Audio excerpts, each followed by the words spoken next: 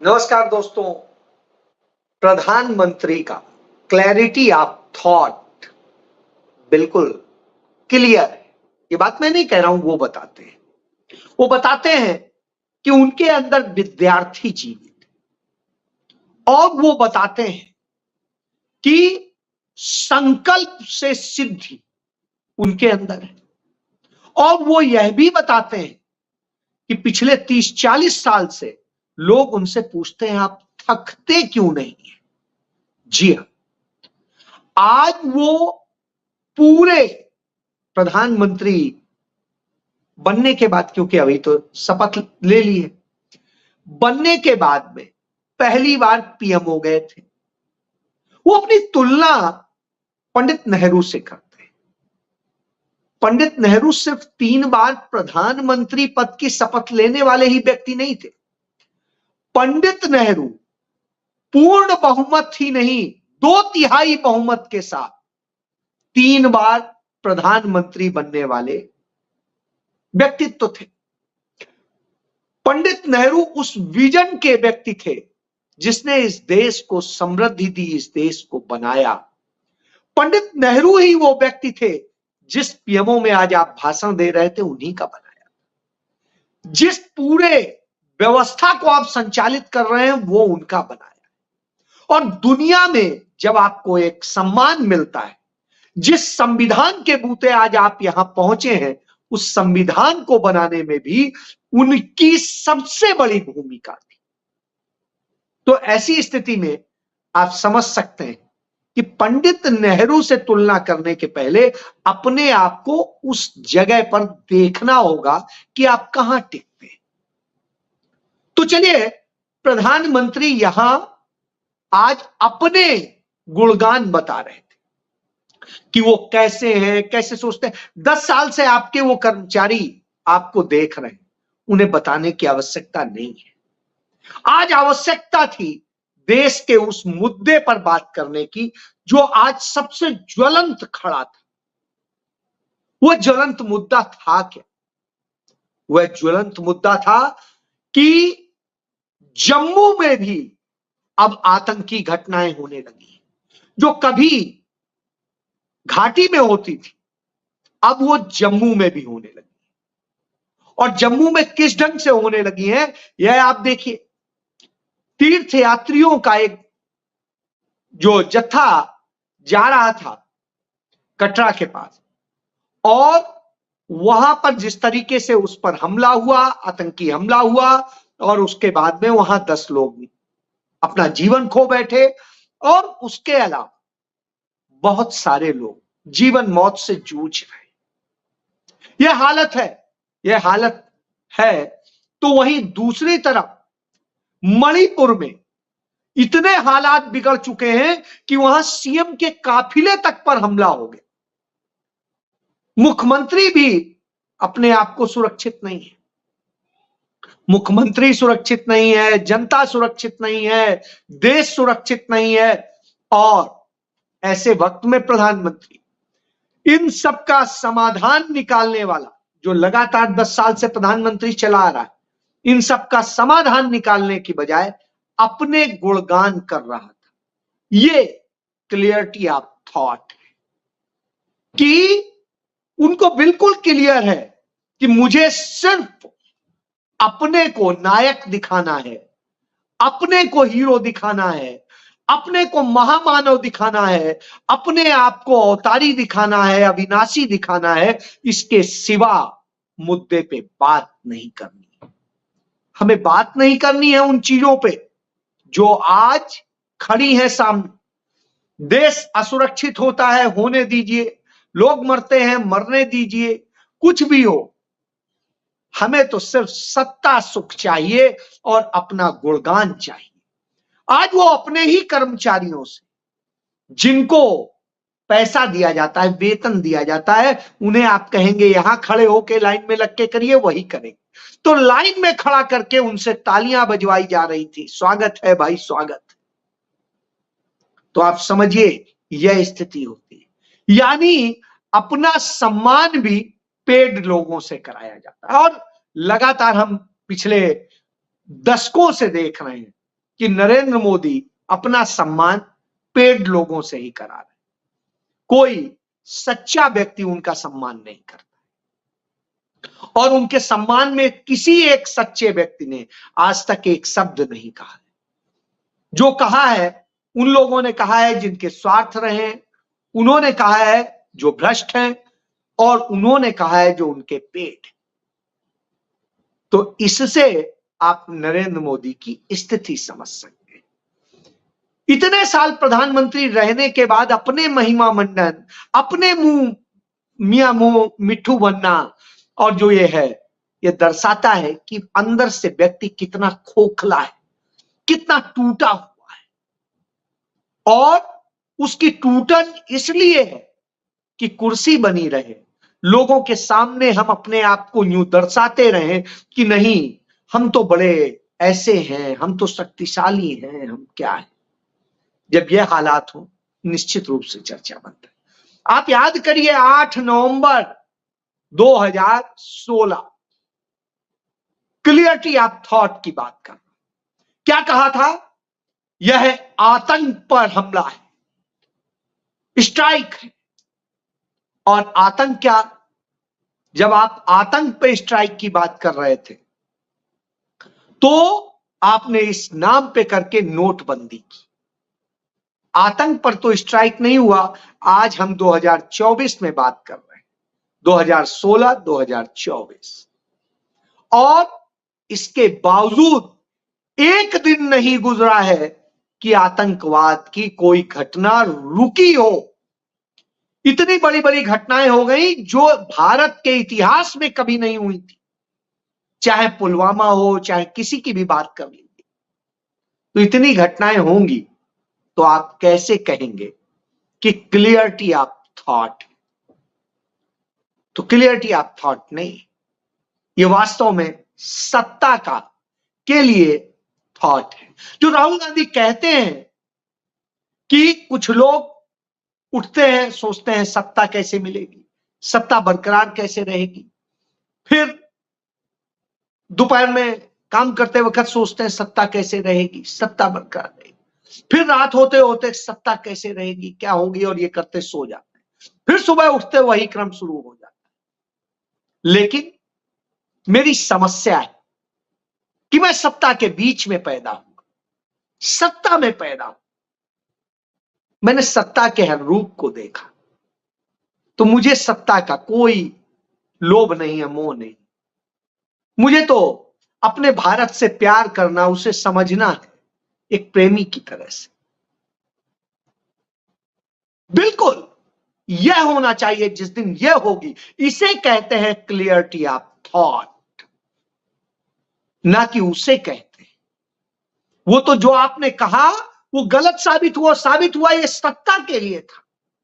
यह नोटबंदी करके आपने काले धन को सफेद किया, ना कि काले धन पे आपने सर्जिकल स्ट्राइक की।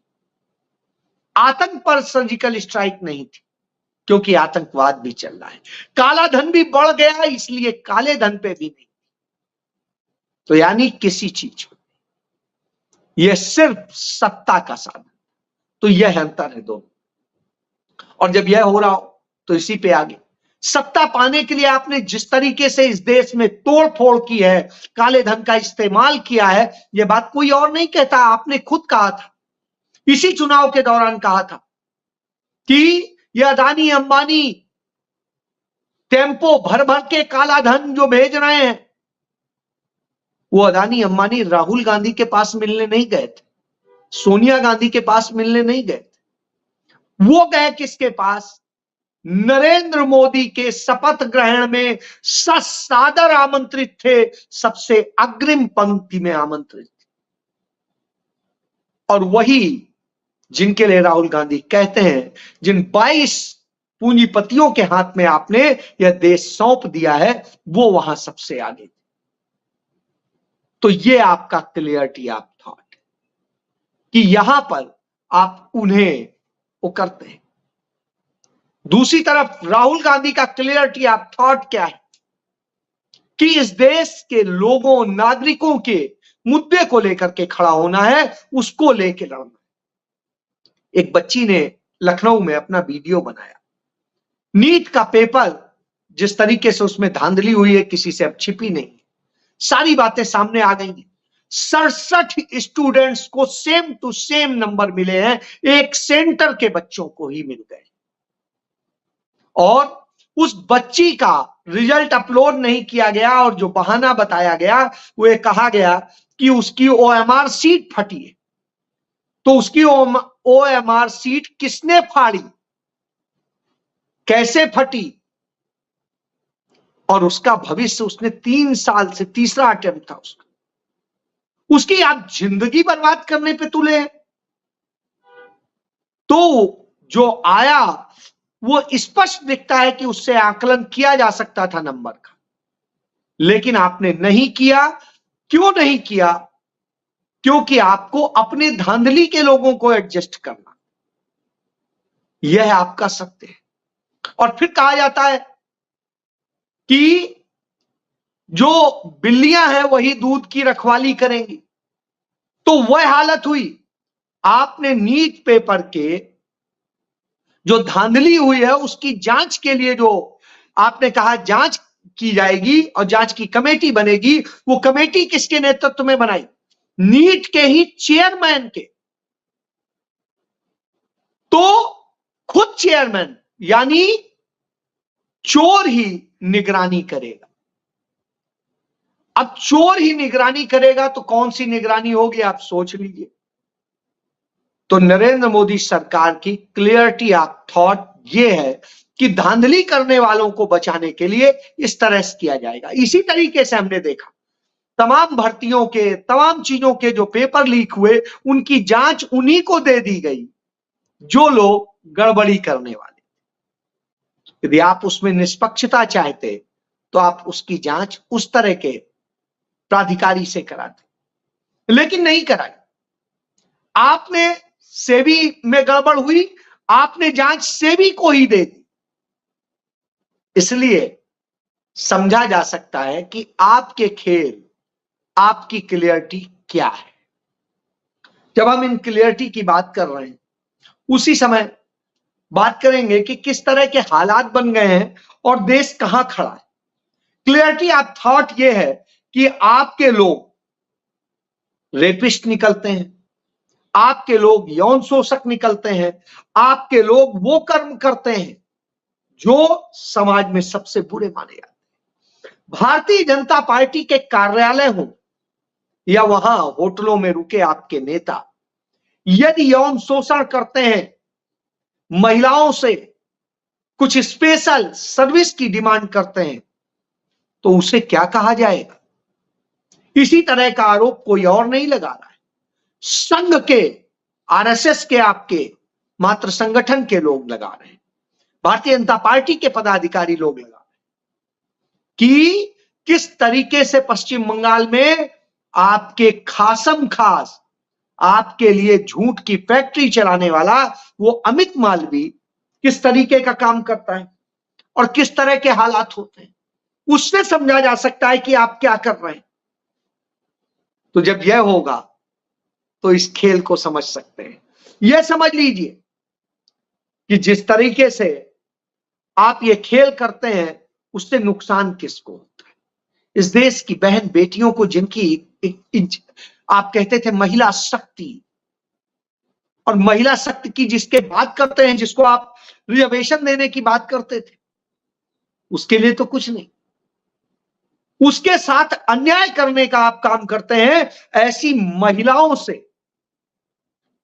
तमाम तरह से यौन शोषण ही नहीं, बलात्कार और सारे अपराध करने वाला वो राम रहीम,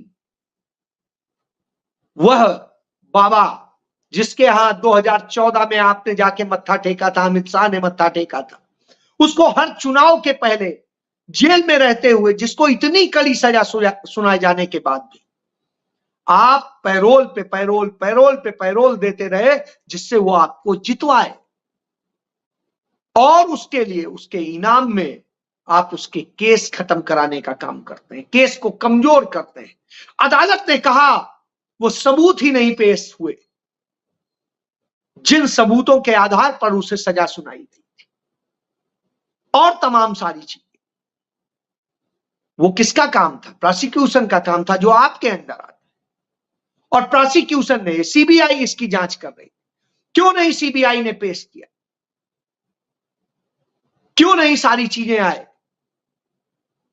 क्योंकि आपने उसे बदल, आपने वह हालत की, और आज उसे बरी कर दिया जाता है। जो दोष सिद्ध होता है, अपराधी है, वह बरी कर दिया जाता है। तो इससे आप समझिए किस तरह के हालात। जब यह हालात हो, निश्चित रूप से सवाल उठते हैं, सवाल उठने भी चाहिए कि आपने किया क्या है। इसीलिए शायद अयोध्या ने आपको नकार दिया है। वहां से एक दलित को जिताया है और आपको नकार दिया है। वो सुरक्षित सीट नहीं थी, आरक्षित सीट नहीं थी, जनरल सीट थी। वहां से दलित को जिताया है वहां की जनता ने, इसलिए क्योंकि आपके अन्याय से वो पीड़ित थी। और इसीलिए राम ने आपको एक दलित के जरिए संदेश दिया है। भगवान राम को एक धोबी के जरिए, जैसे वो भी दलित में आता है, उसके जरिए संदेश दिया था, उसी तरीके से आज भी दलित के जरिए दिया है। और जब यह दिया हो तो आप समझ लीजिए, तब आप सरकार बचाने, सत्ता के लिए लड़ने में लगे हैं, आप देश के लोगों के लिए नहीं। यही वजह है कि आपकी सरकार तमाम तरह के झंझावतों को जूझ रही। एक आपने मंत्री बनाया केरल से, आपका एकमात्र सांसद जीता है, पहली बार जीता है, उसने शपथ भी ले ली मंत्री की, और फिर वो कहता है कि अब मैं मंत्री नहीं रहूंगा, मुझे मंत्री नहीं चाहिए। क्यों नहीं चाहिए? क्योंकि वो समझ रहा है कि आप कराना क्या चाहते, करना क्या चाहते। क्योंकि केरल में वो सरवाइव नहीं कर पाएगा। वो तो इसलिए जीत गया क्योंकि वो फिल्म का कलाकार था, वहां का लोकप्रिय कलाकार था, इसलिए जीत गया। खाता आपका नहीं खुला है, उस कलाकार का खुला है। इसलिए उसे समझ में आया कि वो मलयालम का जहां की कला में वो है, वहां उसकी बुरी गति हो रही है, इसलिए वो भाग रहा है। वहीं दूसरी तरफ आप देखिए, जब आप इस तरह के खेल करते हैं तो होता क्या है कि कल हमने देखा था अजीत पवार की राष्ट्रवादी कांग्रेस जो है, उसने कह दिया था कि हम नहीं शपथ लेंगे, क्योंकि आप हमारे को जिस तरीके से राज्य मंत्री का दर्जा दे रहे हो वह हम नहीं ले, हमें कैबिनेट चाहिए। और वहां उसने शपथ नहीं ली थी। और उसके बाद में अब एकनाथ शिंदे भी आपको आंख दिखाने लगे हैं, वो भी कह रहे हैं, और उनका भी अब सवाल खड़ा हो गया। तो वही टीडीपी ने कह दिया है कि हमें तो स्पीकर का पद चाहिए, और स्पीकर के पद के लिए अब द्वंद्व होने लगा है। हमें पता है आप खेल करना जानते हैं, हमें पता है आपका क्लियरिटी ऑफ थॉट सत्ता के लिए, इसलिए आप कुछ खेल करें। लेकिन ये सारे खेल के बाद में एक बात बिल्कुल साबित है, कहा जाता है पूत के पांव पालने में, तो पालने में अब दिख रहे हैं कि आपके यहां अभी शुरुआत नहीं हुई, तमाम जगह ये होने लगा। आप याद करिए, जब आपने पहली बार शपथ ली थी तब एक रेल हादसा हुआ था गोरखपुर गोरखधाम एक्सप्रेस में, और उसमें दर्जनों लोग मरे थे। फिर दूसरी बार आपने ली थी, फिर हादसे हुए थे। भगवान खुद कह रहा है कि आप हादसों के प्रधानमंत्री, आप सामान्य नहीं है, सचमुच नहीं है, आप वास्तव में उस असुरी प्रवृत्ति के हैं। वह उस व्यक्ति की तरह से हैं जो खा जाता है, तो आप उनमें से, जब आप वो हो तो आपसे देश कैसे सुरक्षित रहेगा? खाना तो आपको आता है, क्योंकि आपका क्लियरिटी ऑफ थॉट सिर्फ सत्ता है और कुछ नहीं। अपना गुणगान करना, अपने में मस्त रहना, यह आपका रोग है। मुझे लगता है कि आपको इसका इलाज कराना चाहिए। नहीं तो आप राहुल गांधी से सीखिए कि आज बांग्लादेश की राष्ट्रपति ने उनसे मिलने के लिए, उनके परिवार से मिलने के लिए आग्रह किया, और जब वो मिले तो ऐसे नहीं, गले लगा करके मिले, सोनिया जी से भी, प्रियंका जी से भी, राहुल जी से। यह अंतर है आप में और उनमें। एक को दिल से सम्मान मिलता है, एक को मजबूरी में कि उस देश के साथ में रिलेशन रखने, क्योंकि भारत बड़ा देश है, पड़ोसी देश है, यहाँ की आबादी, यहाँ की बाकी चीजें मायने रखती, धंधा है, तो ये समझना होगा। तो आप वास्तव में इस देश के लिए समस्या है। जय